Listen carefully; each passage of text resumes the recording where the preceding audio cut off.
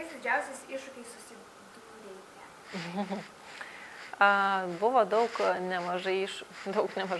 daug iššūkių iš tikrųjų, nuo parengiamųjų darbų, rasti aktorius, sugalvoti, kaip įrengti tokią konstrukciją, kad mašina neįgriūtų, kuri kainuoja 250 000, surasti šunis, kurie būtų panašus į vilkus ir galėtų draskyti mėsą. Žodžiu, šitame filme buvo daug tikrai įvairių vietų, kur reikėjo paspręsti, kaip geriausiai atlikti, kokius žmonės surasti, kaip išpildyti viską, reiškia, kadre, kad gražiai įtikinamai atrodytų. Kokie nutikę kuriozai įsimintiniausi? Apie tos pačius vilkus, tai vilkai iš esmės viskas buvo tvarkoje, kol neprašvito ir nepamatė ganyklose karvių, bulių ir pradėjo juos vaikytis, tai tada ir baigėm filmavimus iš esmės, bet ilgai dar gaudė. Buvo tikrai labai smagu. O dar vienas toks buvo įdomus dalykas, dailininkas norėjo pasibandyti duobę, pajusti tą klaustrofobiją, kurią aktorius jaustų.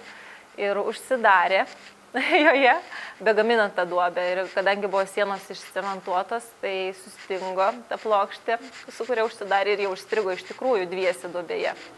Jo, jie buvo užstrigę apie 40 minučių. Specialiai buvo, turbūt netyčia buvo nepasiėmę racijų. Ir gavosi taip, kad jie jo iki valandos maždaug ten praleido. Mes klausėm, o tai ką jūs darėt? Sako, šaukiam, gelbėkit, padėkit, žinai.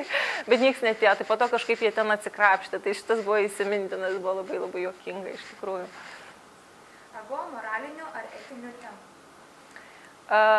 Turbūt mūsų visuose filmuose, kuriamuose yra tokių temų. Mes visada stengiamės kažkokias žinutės perduoti žiūrovui, vienokias ar kitokias, kai kurių ne visi turbūt žiūrovai supranta, reikia stipriai skaityti tarp eilučių, bet šitame filme, kaip ir mūsų pirmajame filme, kuris irgi buvo kriminalinis, tai mes norime parodyti, kad vis dėlto blogis neturi laimėti, turi laimėti gėris, tai yra labai svarbu.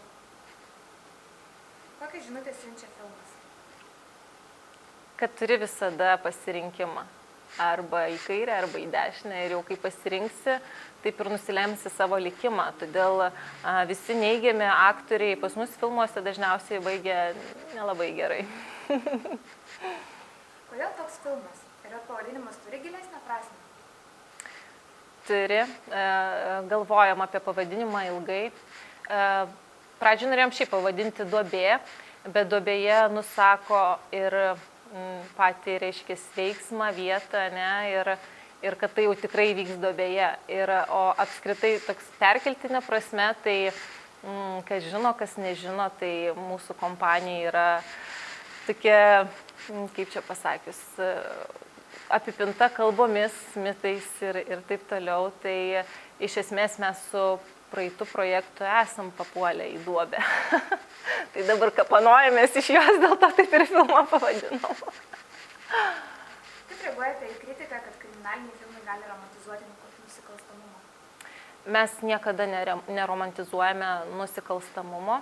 Pirmas dalykas, filmuose parodome savo tikrą gyvenimą. Nieko negražiname, nedarome to, ko negalėtų būti realybėje.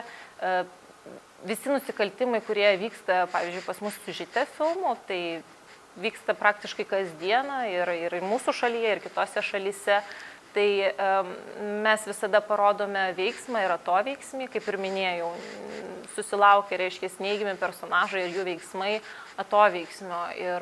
Ir iš esmės romantizuoti tikrai nesame linkę, nei kažkokios tai prievartos, nei narkotikų. Jeigu personažas vartoja narkotikus, tai mes parodom kažkokius tai neigiamus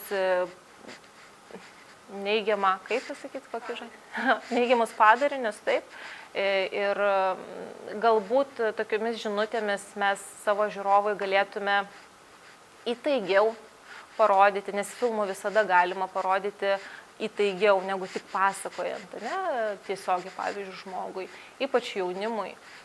Kodėl jie neturėtų to daryti, kas lieka iš to žmogaus, kuris kuris piknaudžiauja, ne, pavyzdžiui, narkotikais arba pernelyg linkęs į smurtą arba į kažkokius net, nežinau, žodžiu, juodus visus dalykus. Tai mes iš esmės būtent savo filmais ir norim tokias žinutės perteikti, neselkit, taip geriau pasirinkti tą kitą pusę.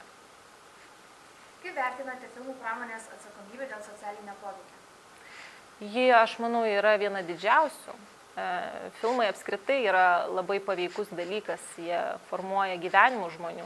Mano asmeniškai filmai asmenybė yra suformavę, man jie visada būdavo labai svarbi gyvenimo dalis, nuo pat mažens aš jų labai daug žiūrėdavau. Niekada tiesiog negalvojau, kad aš juos kursiu, kad prodiusuosiu. Taip jau gavosi. Mane privertė būti prodiuserė, iš esmės režisierius, nes neliko nieko kito kaip daryti, tai tiesiog aš atsistojau į tą poziciją. Ir iš esmės atsakomybė yra tikrai viena didžiausių, nes filmas žmogui tai yra, tu sukuri naują pasaulį, tu turi galimybės parodyti arba vieną svarbų dalyką, arba visai nesvarbius dalykus rodyti ir tiesiog tas filmas pasimiršta, pasimeta tarp visų, o gali parodyti tokius dalykus, kurių gyvenime žmogus nepamirš. Ne? Kiek yra filmų žmogaus gyvenime, kuris pamato ir jis niekada nepamiršta. Ir tai galbūt įtakoja jo sprendimus gyvenime. Nes vis tiek, kad ir mes kūrėme tą dirbtinį gyvenimą kine, iš esmės tai yra vis tiek realybė. Nes viskas, ką kūrėjai sugalvoja įdėti į filmą, viskas vis tiek yra ištraukta iš realybės, iš jų asmeninės patirties, iš kitų žmonių patirčių. Tai čia yra vienas svarbiausių dalykų, aš taip galvoju, ir labai didelę atsakomybę mes jaučiame, kurdami filmus. Mes norime juos vis paveikesnius kurti, bet gerąją prasme. Nešokiruoti galbūt žmogaus kažkokiais tai blogais dalykais, neįkvėpinėti, kaip minėjau, o kaip tik įkvėpti geriems dalykams. Ačiū. Ačiū.